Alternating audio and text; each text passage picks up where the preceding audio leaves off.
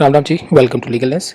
इस वीडियो में हम डिस्कस करेंगे एक बहुत इंपॉर्टेंट टॉपिक जो अभी बहुत न्यूज़ में भी है और बेसिकली 5 में से 1 लोग आप देखेंगे इस बारे में डिस्कस कर रहे हैं फ़िलहाल के लिए। तो बहुत कंफ्यूजिंग भी है क्योंकि लोगों को नहीं पता कि क्या प्रोविज़न है और कहाँ-कहाँ प्रोविज़न है। आपने कोर्ट में देखा होगा कि एक मेंटेनेंस जो एप्लीकेशन है डीवी डोमेस्टिक वायलेंस एक्ट के अंदर भी जो वाइफ़ है लगा के रखती है केस में, वही wife under HMA Hindu marriage act के अंदर भी लगाती है सेक्शन 24-25 के अंदर। वो सेम वाइफ सीआरपीसी बोले तो बीएनएसएस के अंदर भी लगा कर रखती है वो पर्टिकुलर मेंटेनेंस एप्लीकेशन, और वो एचएमए के अंदर भी लगाती है। तो बहुत कंफ्यूजिंग होता है हस्बैंड के लिए क्योंकि उनको लगता है या कि क्या प्रोविज़न है कि मेंटेनेंस वहाँ भी लगा दिया यहाँ भी लगा दिया, और बहुत कंफ्यूजिंग होता है। और वो लास्टली ये नहीं समझ पाते हैं कि उनको कहाँ-कहाँ मेंटेनेंस देना पड़ेगा। क्या उनको सीआरपीसी के अंदर भी मेंटेनेंस देना पड़ेगा, एचएमए के अंदर भी देना, डीवी के अंदर भी देना पड़ेगा, या और अदर प्रोविजंस के अंदर भी देना पड़ेगा। तो इट इज़ वेरी कंफ्यूजिंग। और I have seen the husband, aggrieved husband, they are very confused और उनको समझ नहीं आता। तो मैं इस पर्टिकुलर वीडियो में आपको समझाऊंगा कि मेंटेनेंस अंडर बीएनएस क्या बोलता है, सीआरपीसी के अंदर क्या बोलता है, एचएमए अंदर के अंदर क्या बोलता है, एचएमए अंदर क्या बोलता है, डीवी के अंदर भी क्या बोलता है, और क्या वाइफ इन चारों एक्ट के अंदर क्लेम करेगी तो उनको चारों जगह पैसे देने पड़ेगा हस्बैंड को, कि एक एक्ट के अंदर ही देना पड़ेगा। तो चलिए जानते हैं, स्टार्ट करते हैं। मेंटेनेंस बीएनएस के अंदर, बीएनएसएस के अंदर और सीआरपीसी के अंदर, पहले सीआरपीसी था और बीएनएसएस है, इसमें कौन कौन क्लेम कर सकता है? इसमें वाइफ भी क्लेम कर सकती है, चिल्ड्रन भी क्लेम कर सकता है और पेरेंट्स भी क्लेम कर सकते हैं। किसके अगेंस्ट क्लेम कर सकते हैं? तो अगर वाइफ क्लेम करे तो हस्बैंड के अगेंस्ट, चिल्ड्रन करेंगे तो फादर के अगेंस्ट, और जो पेरेंट्स क्लेम करेंगे तो अपने चिल्ड्रन पे वो क्लेम करेंगे। पर किस केसेस पे, कौन से ग्राउंड पे? Sufficient means, if they have sufficient means, अगर हस्बैंड, फादर या चिल्ड्रन के पास सफिशिएंट मीन्स है तभी आप क्लेम कर सकते हैं। तो ग्राउंड क्या है? तो ग्राउंड है कि if the person has neglected, मतलब या हस्बैंड ने या फादर ने या चिल्ड्रन है, हैज़ नेग्लेक्टेड और रिफ्यूज टू मेंटेन डिपेंडेंस।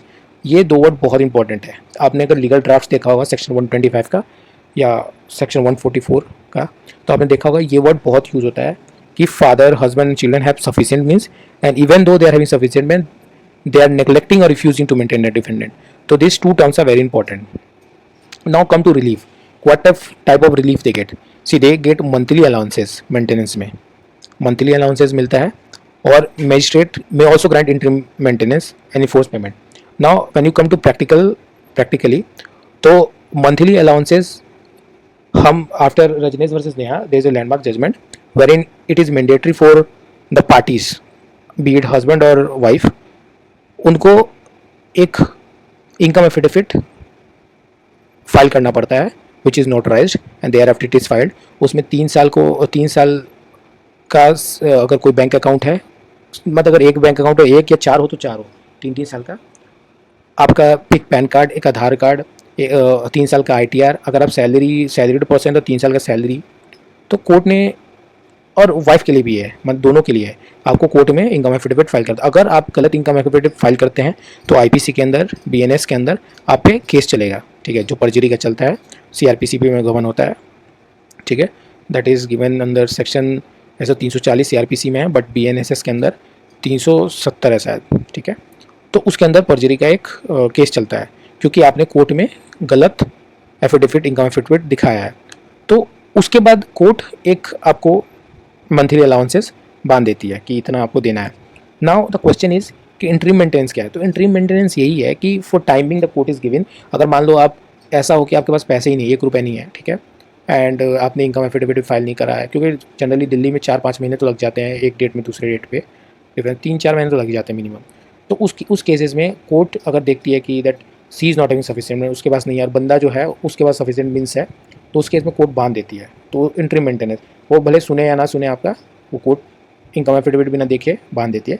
हाँ, ऑल्दो कोर्ट कंसिडर, क्योंकि उसको कोर्ट कंसिडर करता है, ऐसे नहीं कि बहुत ज़्यादा बांध देती है, पर एक पर्टिकुलर सुनने के बाद मेरिट पे मंथली अलाउंसेस बांधती है, ठीक है। Now what is the nature? The nature is social justice. अगर आपने कॉन्स्टिट्यूशन ऑफ इंडिया पढ़ा होगा तो article 39-38 talks about social justice, ठीक है।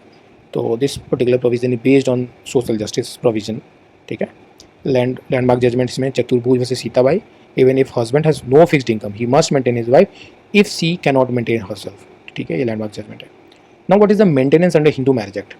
So in Hindu marriage, there are two provisions. There is section 24, which talks about interim maintenance and litigation expenses during proceeding, and section 25, that is permanent alimony, one-time lump sum or periodical at the time of divorce, या judicial separation, या annulment. Now, what is the difference between both the provisions, section 24 and 25? 24 क्या है? जब case चलते रहता है during proceeding, उस समय interim maintenance मिलता है। सेक्शन 25 क्या है कि when the case is decided, मान लो डिवोर्स दिया तो एक परमानेंट एलमनी आपको दिया एक टाइम से। देखो मेंटेनेंस और एलमनी में डिफरेंस ये है कि मेंटेनेंस आपको, मेंटेनेंस क्या होता है, हर दिन आपको मेंटेन करना है, हर महीने आपको मेंटेन करना, तो वो मेंटेनेंस है। एलमनी क्या है कि फाइनली आपको एक हैंडसम अमाउंट मिलेगा, 5 लाख, 10 लाख, 20 लाख, 50 करोड़, वो एक अमाउंट आपको मिलेगा, ठीक है। वो उसके बाद आपको मेंटेनेंस नहीं मिलेगा, दैट इज फुल सेटलमेंट, ठीक है, वन टाइम लम सम, ठीक है। हो सकता है कुछ स्टॉल है, जैसे आप कोर्ट में बोला कि आपको 20 लाख देना है तो 5-5 लाख करके आप दो, तो वही बोला कि वन टाइम लमसम और पीरियडिकल 3-3 महीने आप देगा, अपने खत्म होते परमानेंट एलमनी हो गया। तो यू नॉट गेट मेंटेन कि 10,000 आपको हर महीने, जनवरी 10,000, फरवरी 10,000, मार्च, ऐसे नहीं मिलेगा। Now who can claim under section 24 and 25? Both husband and wife claim कर सकते हैं। अगेंस्ट हुम? अदर स्पाउस, जिसके अगेंस्ट करा है हस्बैंड भी कर सकते हैं, वाइफ भी कैसे, हस्बैंड के। तो सेक्शन 24-25 यही अंतर है कि 24 में कि हस्बैंड भी क्लेम कर सकता है, वाइफ भी क्लेम कर सकता है। तो ये एक अलग सेक्शन है which is different from other DV and CRPC and HA में। ग्राउंड क्या है? Can claim arises when matrimonial proceeding like divorce, nullity, separation, restitution are pending or disposed of, ठीक है। तो इस ग्राउंड पे अगर डिवोर्स सेक्शन 13, सेपरेशन 10, restitution 9 अगर आप फाइल करते हैं उस ग्राउंड पे मिलेगा। रिलीफ क्या? मेंटेनेंस आइदर मंथली और lump sum depending upon the final condition and conduct of parties. Landmark judgement इसमें क्या है? सवीरती versus Govind Singh Rawat, that is interim maintenance can be granted even before final disposal of the case. Now what is maintenance under HAMA, that is Hindu adoption and maintenance act. Now, the relevant provision is given under section 18, where the wife is entitled to live separately and claim maintenance if husband is guilty of cruelty, desertion, conversion, or any other, or has another wife, ठीक है। Section 19 में क्या है? Widowed daughter-in-law can claim maintenance. 20 talks about children, whether it is legitimate or illegitimate, minor or disabled, and aged infirm parents have right to maintenance, ठीक है। 22 talks of dependents of the disease Hindu can claim maintenance from heirs, जिसने उसका property लिया है उससे dependent claim कर सकता है डिजीज हिंदू का। तो इसमें नहीं, बेसिकली हम क्योंकि we are talking about wife, तो सेक्शन 18 हम देखेंगे। Who can claim? वाइफ, या 18 में, 19 में विडो डॉटर इन लॉ, 20 में children, parents and certain dependents 22 में। अगेंस्ट हुम? हस्बैंड अगर 18 है तो हस्बैंड, फादर अगर 19 है तो सन, अगर 20 है तो ऐसे करके आप बताओ husband, father, son, heirs have deceased Hindu, that is 22। रिलीफ क्या है? Maintenance as statutory right under Hindu personal law, ठीक है, जो पर्सनल लॉ के अंदर होगा वो आपको मिलेगा। लैंडमार्क जजमेंट क्या है? Kartik Kant v Vadodaria versus state of Gujarat, mother is intended maintenance from her son during under section 20, ठीक है। Now most important domestic violence act, आपने कोर्ट में देखा होगा बहुत सारे एप्लीकेशन लगते हैं DV के, ठीक है। Although it is criminal in nature, but practically it is a mix of both, because I am not seen any person is arrested under this provision, under this act, but it looks that is it is criminal in nature, but हाँ वो civil talks about मतलब civil ही है एक तरह से। Now section talks about monetary relief including maintenance, 18 talks on protection order, residence order, 22 on compensation for mental and physical abuse, ठीक है। Now who can claim? Women, only wife or women is in domestic relationship. अब women इसलिए कि domestic living relationship, living partners are also caused as wife. Against whom? husband या partner or his relative responsible for domestic, ये relative के against भी आप claim कर सकते हैं, मतलब कि बहू अपने हस्बैंड के खिलाफ भी और अपने ससुर के खिलाफ भी। ग्राउंड क्या है? Domestic violence, physical, mental, verbal, emotional, economic. Relief क्या है? मॉनिटरी कॉम्पनसेशन मिलेगा for maintenance, loss of income, medical expense and cost of violence. Landmark जन्म क्या है? VD 1 versus Savita 1 DV act applies even to incidents prior to 2005, क्योंकि act 2005 में आया। अगर इनएक्शन जो हुआ है 2005 से पहले भी हुआ है तो DV के अंदर आप मेंटेनेंस क्लेम कर सकते हैं। Indira Sharma versus VKV Sharma, women in living relationship entitled to claim under DV act. अब देखिए मैंने एक कंपैरिजन चार्ट बनाया इजी अंडरस्टैंडिंग के लिए, तो आप देख सकते हैं। एक सेकंड के लिए मैं रोक देता हूँ, और बहुत इंपॉर्टेंट है, आप इसको लिख भी सकते हैं देख के। Now the most important thing, because people are very confused, simultaneous claim. The Supreme Court और various high courts recognize करती है कि वाइफ के पास राइट है, इंटाइटल्ड है to initiate proceeding under multiple statute, मतलब वो सीआरपीसी में भी, बीएनएसएस में भी, एचएमए में भी, हिंदू मैरिज एक्ट के अंदर भी और डीवी के अंदर भी क्लेम कर सकती है, but she cannot claim double maintenance. Whatever amount she has receive in one proceeding must be adjusted against maintenance granted in other. होता क्या है कि जब आप इनकम एफिडेविट फाइल करेंगे ना, तो वो प्रोफॉर्मा में लिखा हुआ कि क्या whether you are claiming any maintenance from other under another provision of this act और नॉट, लाइक एचएमए में क्या क्या आप क्लेम करते हैं उस पर्टिकुलर एफिडेविट में लिखना पड़ता है ना। If she is claiming like उसने सीआरपीसी में फाइल कर रखा है और वो डीवी में क्लेम कर रही है, जैसे 5,000 कंप्लीट क्लेम कर रही है, कोर्ट ने इनकम एफिडेविट कोर्ट ने लगा कि नहीं यार इनको 8,000 देना चाहिए, तो जो वो 5,000 ऑलरेडी रिसीव करती है ना, तो कोर्ट उसको एडजस्ट करेगा कि 8,000 वहाँ बोला कोर्ट ने अनाउंस किया, तो 5,000 और 8,000, तो 3,000 और एक्स्ट्रा मिलने लगेगा। ठीक है, कोर्ट ने बोला कि नहीं 500 ज़्यादा और दे दो, तो 500 ज़्यादा मिला, कोर्ट ने बोला नहीं 5,000 ही बहुत है, तो बस 5,000 ही रहेगा। तो आप डबल क्लेम नहीं कर सकते, बट आप प्रोसीडिंग जो है इनिशिएट कर सकते हैं मल्टीपल कोर्ट सेक्शंस के अंदर।